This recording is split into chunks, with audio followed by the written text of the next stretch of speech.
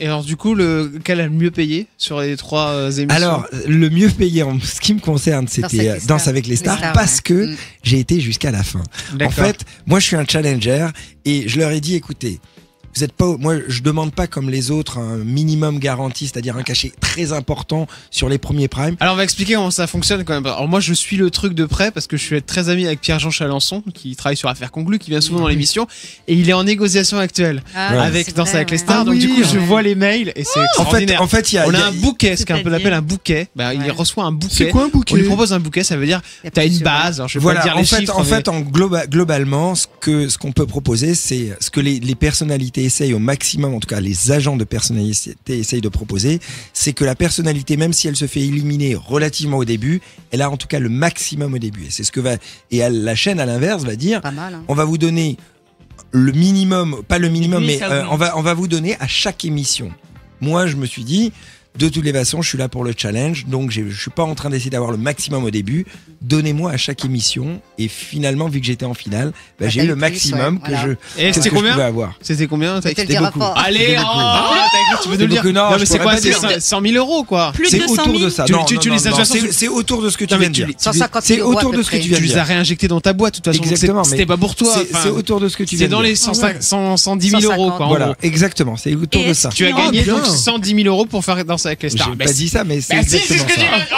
C'est autour de ça. Parce que vous êtes en pas le dire. L'argent que j'ai pu gagner sur Pékin Express ou Danse avec la star, hop, il est parti sur le saut de la Tour Eiffel. Pourquoi Parce que ça m'a coûté. Mais qu'est-ce qui a coûté? En fait, l'événement coûtait 1 million d'euros à faire. Et moi, j'avais trouvé. Il n'y avait pas de sponsor. Si, mais les sponsors que j'avais trouvés ne suffisaient pas. Donc à la fin, si je mettais pas 150 000 euros de ma poche, globalement, ça se faisait pas.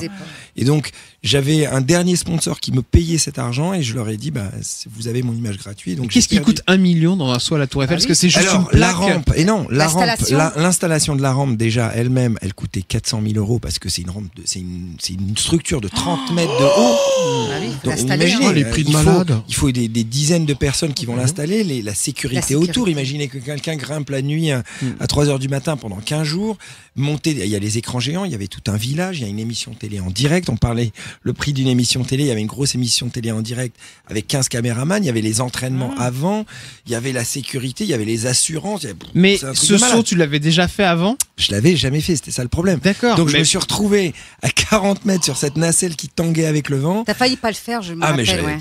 Je savais qu'il fallait que je saute parce que si j'allais pas être ridicule là-haut. La honte. Bon, je saute plus. Oh la vache. Mais c'était génial. Au moment de sauter, ça te fait quoi? C'est pareil comme quand tu vas danser pour Danser avec les stars? Non, là c'est pire, là c'est un niveau inimaginable. C'est-à-dire que personne n'est préparé à être sur une nacelle qui tangue avec le vent, 40 mètres sous soi, et on se dit il faut se jeter un peu à la Superman sans élastique, quoi. C'est un truc juste qui est psychologiquement, on a l'impression d'aller au suicide. Ça peut dire au cauchemar. Donc finalement, j'étais obligé de manipuler mon cerveau un peu à la troisième personne, c'est-à-dire que je me suis dit, de toute façon, parce que j'avais les jambes qui tremblaient avant d'y aller. C'est-à-dire que la veille, quand je suis monté sur la nacelle, mais vraiment, mes jambes tremblaient. Je me disais, mais comment je vais faire? Parce que personne n'est préparé à ça, vous voyez ce que je veux dire? Et qu'est-ce que tu risquais si tu te tombais? C'est ça le problème. En fait, la difficulté, c'est que si j'atterrissais pile dans le haut de la pente de la rampe, là, il m'arrivait rien de grave parce que j'épousais la courbe. Oui. Mais le problème, c'est que vu que j'ai 10-12 mètres de chute libre, si je me décale plus en profondeur ou sur le rebord de la rampe, là c'est la catastrophe parce que si je touche le rebord, je fais une chute libre de 10-12 mètres, je tape le bord, donc je me casse déjà les jambes, etc. Mais je rebondis et je tombe 30 mètres plus bas. Donc clairement, c'est la. Il n'y avait pas de matelas pour. Pas vraiment, c'est-à-dire c'était pas du dur, on avait mis un petit matelas, mais quand même c'est 10 mètres de chute libre sur le bord. Et si je me décale trop, là, ce n'est pas 10 mètres de chute libre, mais c'est 25 et j'atterris sur du mur et pareil, je me casse les jambes. Donc la difficulté, c'était de viser.